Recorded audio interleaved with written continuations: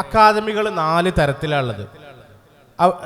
ഈ ദവാ കോളേജുകൾ ഒന്ന് അടിസ്ഥാന 2 കാര്യങ്ങളാണ് ഞാൻ മെഷർ ചെയ്യുന്നത്. ഒന്ന് അക്കാദമിക്സ്, മറ്റൊന്ന് അടിസ്ഥാന സൗകര്യം.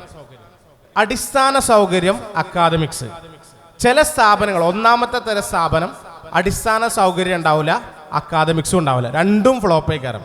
ഏതൊരു പള്ളീൻ്റെ മൂലൊക്കെ ചെറുതായിട്ട് എന്തോ ഒരു പരിപാടി പോലെ പേര് വലിയ പേരേ കയറും. രണ്ടാമത്തെ തരം അക്കാദമി പറഞ്ഞാൽ അക്കാദമിക്സ് ഭയങ്കര കയറും, അടിസ്ഥാന സൗകര്യം 5 പൈസക്ക് ഉണ്ടാവില്ല. അപ്പോൾ ഒരു റസൂലുള്ളാഹിന്റെ കാലത്ത് അങ്ങനെയല്ലേ എങ്ങനെയല്ലേ എന്നൊക്കെ പറഞ്ഞ് ഒപ്പിക്കും. ഒരു സൗകര്യവും കിടക്കാൻ പോലും ഒരു സൗകര്യം ഇല്ലാതെ, ടോയ്ലറ്റുകളില്ലാതെ, പ്രോപ്പർ ഫെസിലിറ്റി ഇല്ലാത്ത സ്ഥാപനം. മൂന്നാമത്തെ സ്ഥാപനം അക്കാദമിക്സ് ഉണ്ടാവില്ല, ബഡാ സൗകര്യങ്ങളായിരിക്കും. നമുക്ക് വേണ്ടത് എങ്ങനത്തെ സ്ഥാപനം? അക്കാദമിക്സും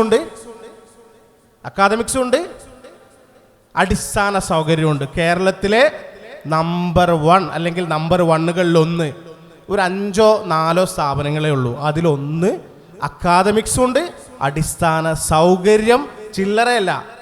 മദ്യം കൊടുക്കുന്നിടത്ത് 5 സ്റ്റാർ കൊടുക്കുള്ളൂ, പക്ഷേ മദ്യം ഇല്ലെങ്കിൽ ഇതിന് 5 സ്റ്റാർ ഫെസിലിറ്റി നൽകുന്ന ഒരു വലിയ സ്ഥാപനമായി ICS വളരെ തുച്ഛം കാലം കൊണ്ട് മാറി എന്ന് ഈ ഒരു ചർച്ചയുടെ ആമുഖമായിട്ട് ഞാൻ പറയാണ്.